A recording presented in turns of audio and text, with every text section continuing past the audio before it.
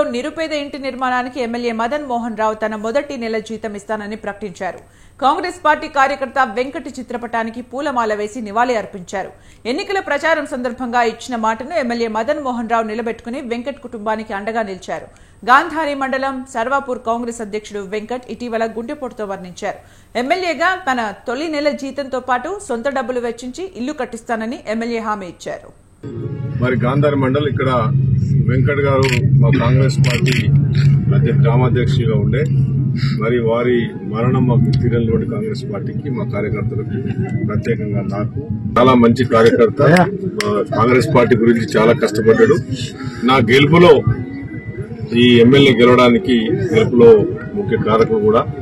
మరి వారి మరణం పాప ఉన్నది, చదువుకున్నది, ఇల్లు లేదు. మీరు ఒకసారి చూస్తే పరిస్థితి చూస్తే గుడిసే ఉన్నది.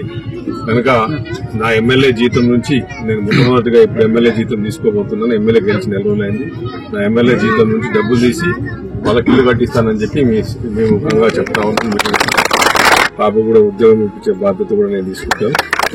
మా కాంగ్రెస్ పార్టీ తరఫున, మా గాంధారి మండలం కాంగ్రెస్ పార్టీ తరఫున, ఎల్లరెడ్డి కాంగ్రెస్ పార్టీ తరఫున మళ్ళొకసారి మేము సంతాపం వ్యక్తం చేస్తాం.